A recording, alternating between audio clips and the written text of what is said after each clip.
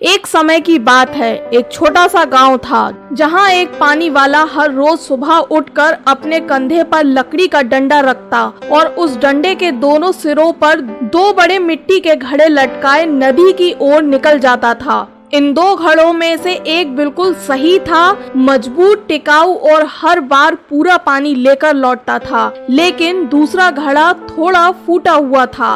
उसमें से हर बार रास्ते में थोड़ा थोड़ा पानी टपकता जाता था। वो सालों से ऐसा ही कर रहा था।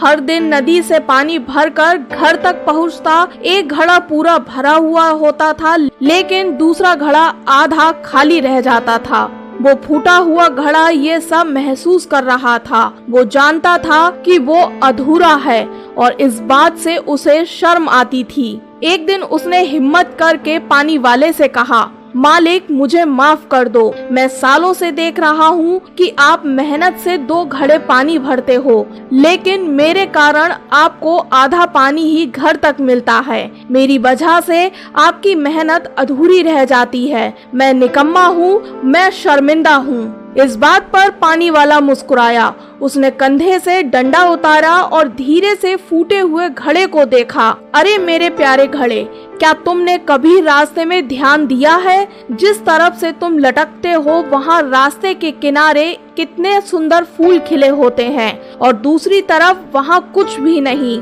घड़ा थोड़ी देर चुप रहा। उसने सोचा, हाँ, वो फूल तो मैंने देखे ही नहीं, लेकिन कभी समझा भी नहीं। इस बात पर पानी वाला मुस्कुराया और बोला, मैं जानता था कि तुम फूटे हुए हो, लेकिन मैंने जानबूझकर उसी तरफ फूलों के बीज बो दिए थे। हर दिन जब हम घर लौटते हैं, तुम बिना जाने उन बीजों को पानी देते जाते हो।